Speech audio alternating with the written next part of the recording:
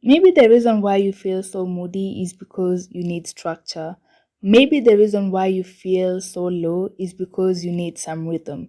Maybe the reason why you feel so unproductive is because you need to time yourself.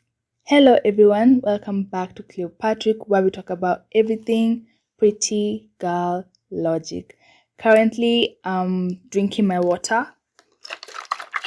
Yeah, as I make this series, I'm going to be making a series as days go by on the lifestyle tips I have made in my life to become more productive and feel more fulfilled. And we're going to start off strong with a solid sleep schedule. And I know very well how sleep schedules can easily be messed up, but I promise you, you need to just start. Once you start, it's going to be easier because your body is going to be more responsive to hours that you sleep.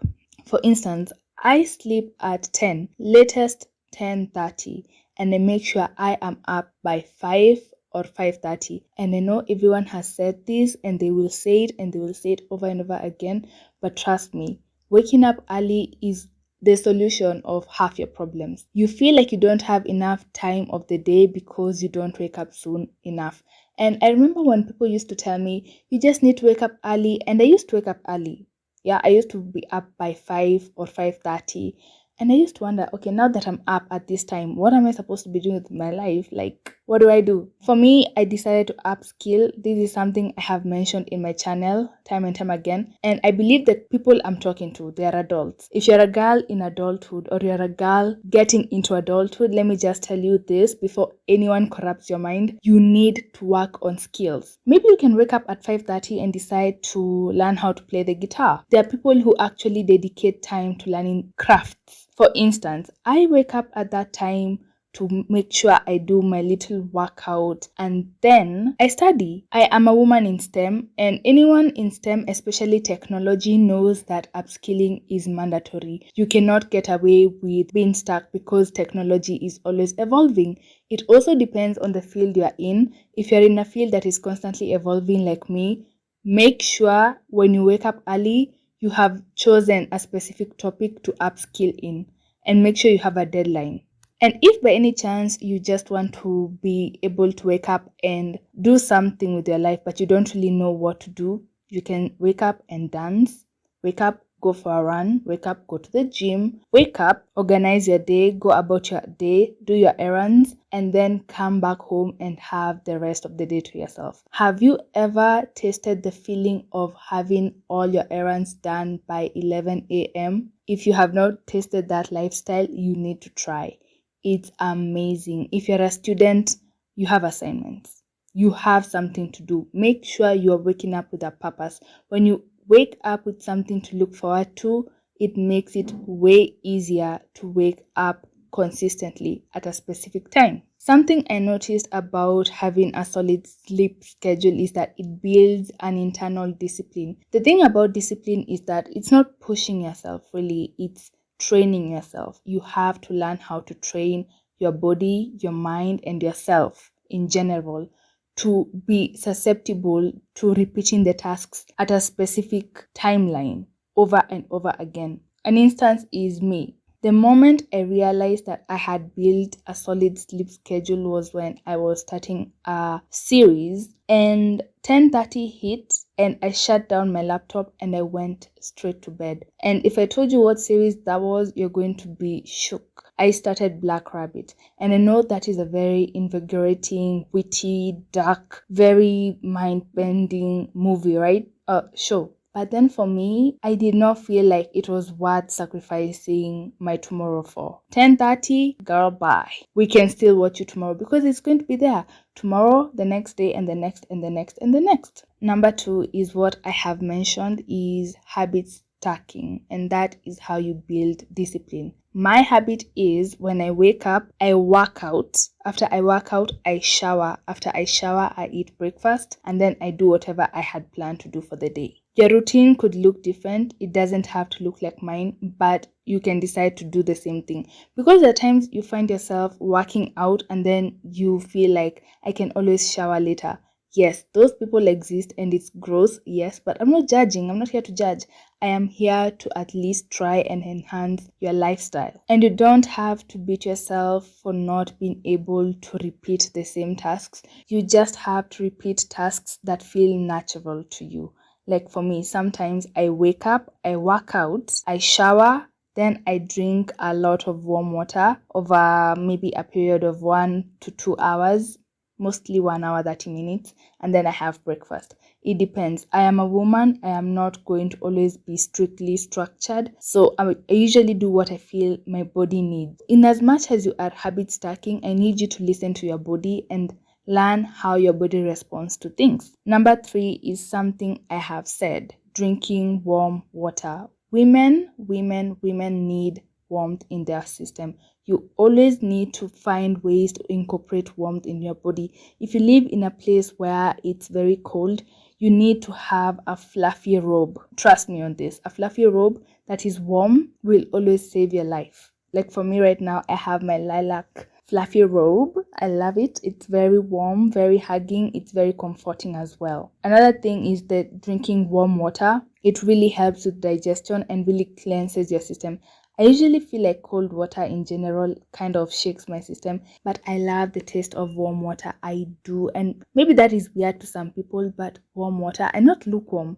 I don't do lukewarm. I like the kind of warm water that slightly burns my tongue. Ah, orgasmic. You guys, maybe that is a guilty pleasure of mine, but I love it. People in the office usually wonder like what the hell is wrong with this girl? But I love my hot water. I don't even think it's warm. I think it's hot. Just hot enough. Medium hot. And doing that has really helped me because it makes me feel less bloated, and I usually feel like it helps with my digestion, and maybe it's just me, but I feel like it helps my poop schedule. So drinking warm water or hydration also goes hand in hand with a poop schedule, because when you drink warm water during the morning hours and warm water during the afternoon and warm water in the evening, your body is getting some structure. So your body will automatically give you a poop schedule. And that is not up to you to decide. It's up to the body. Number 4 is stretching as soon as I wake up. Stretching before I do any workout, because your body is from having deep sleep, because I'm assuming you're getting 7 to 8 hours of sleep if you have a sleep schedule. Okay, minimum 6 hours. So anyways, stretching just to make sure my body is moving, it's in motion, really helps. And sometimes when I don't feel like working out and my body is in rest mode, because in as much as you're working out, I hope you're giving your body rest days. Especially if you go to the gym and do cardio workouts, you need to have at least 2 rest days in a week. And I would advise you to not have consecutive rest days, but have those rest days embedded in between your workouts for tissue and muscle repair. Okay, so for me, whenever I am having my rest days, I usually wake up and instead of stretching, I do star jumps as soon as I wake up. And the reason why I do star jumps is to start the lymphatic drainage process as soon as I wake up, because when you're asleep, your body is still, or it's in one position. For me, I sleep in one position. You would think I'm dead, actually. I sleep like a corpse. But if you wake up and it's your rest day, do star jumps or go for a run. But I would advise you to do star jumps. They are more convenient and faster. Number 5 is doing belly massages. And again, this is for lymphatic drainage. I told you guys I have a snatched waist. And the best way to get that is by draining the fluid. Sometimes maybe you're doing everything right, but you have excess water retention in your belly, or maybe you have too much lymphatic fluid in your mid region, right? So you can do belly massages, lymphatic drainage. You can check TikTok. They have numerous tutorials on how to do these things, but I would advise you to be gentle, first of all. Secondly, do the belly massages after you are hydrated, because it makes everything so much easier and it helps moving things in the intestines. And speaking of intestines, always make sure that your belly massages are clockwise, because that is the direction in which your intestines go. Personally, I prefer doing the belly massages in the shower with some soap or before the shower with some oil because I'm not going to have an oily belly for the rest of the day. Absolutely not. Number 6, I would highly advise you to move to a quiet neighborhood. That is one of the best things you can do for your nervous system. And if you by any chance live in a noisy neighborhood, invest in earplugs. But if you can go to a more quiet neighborhood, I would highly advise you to. Because, yeah, the noisy neighborhoods are fun when you are like in your early 20s. But the more you grow and the more you mature, you start to realize that quiet and peace is very good for you. You get less wrinkles and you get more quality sleep and you have more quality experiences. This is something you have to experience to understand. Someone might think I'm being very judgmental, but it works wonders. Number 7, invest in a sleeping mask with a silky interior. That really helps you get quality sleep and it helps you fall asleep so fast. For me, I tend to have trouble sleeping whenever there is any light, but the minute I pop on my sleeping mask, I am gone. I am knocked out. Number 8 is playing affirmations when I go to sleep. I have this channel that I love so much. It's called Live the Life You Love, but I think she changed the channel name to her name, but you can search it on YouTube.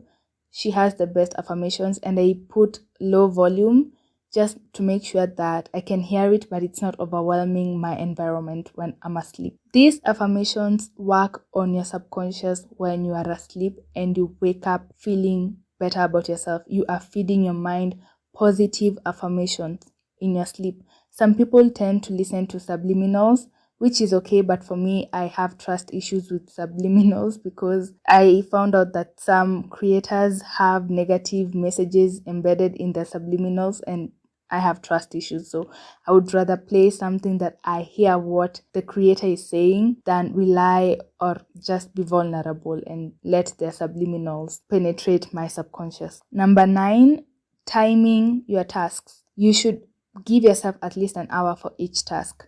When I was studying, I still am studying. I usually give myself an hour to study and then 30 minutes break. And I always have a timer on my phone. I always time my breaks. I always time my studies. I time how long I work out. I time everything because it helps me with time management. Literally, that is time management. And I have found myself being more productive and feeling more fulfilled with myself. And when I feel like I'm building a good reputation with myself, I feel like my self-esteem is growing and I also have this sense of self-worth and accountability. And when you're building that in yourself, you hold other people to the same standard. Someone once said that self-esteem is the reputation you have with yourself. And if you're the kind of person who gets shit done, you get a higher self-esteem because when you tell someone, I do get things done, they can actually see you as serious because you have that faith in yourself. You have seen yourself. You have witnessed yourself. You have a solid reputation with yourself. And so when someone is trying to play in your face or play with your time, you start to realize how much they are detrimental to your schedule. Also, timing your tasks helps you be more punctual. I know there are people out here in the world who are very strict about punctuality, and I will say, as someone who was not really raised on the discipline of punctuality, I have offended a lot of people and lost out on so many opportunities. But the minute I started timing myself and holding myself accountable to every hour of my day and giving myself some breaks to do whatever the hell I want, I felt more free and I felt more confident in my ability to show up for other people and to show up for myself. And lastly, for this part, I would definitely tell you to drop the cereals and eat Weetabix. Weetabix is so good. It's great fiber. I don't think people understand how Weetabix is so good for your system. It helps me de-bloat, literally, because it helps your body flush out the toxins. It's a fiber and you get less constipated, especially if you're not taking enough water. But I would say take your water, take your Weetabix. Thank me later. And that is my part 1 of lifestyle tips that I have implemented to improve my life significantly. I will make a part 2 because there are other changes I am making to my life right now that I might share with you. Once I see the results and once I see a pattern of consistency, I will definitely let you know. What are your lifestyle tips? Let me know. Comment down below, and I'll see you in my next episode. Stay hot, stay fabulous, and stay Cleopatra.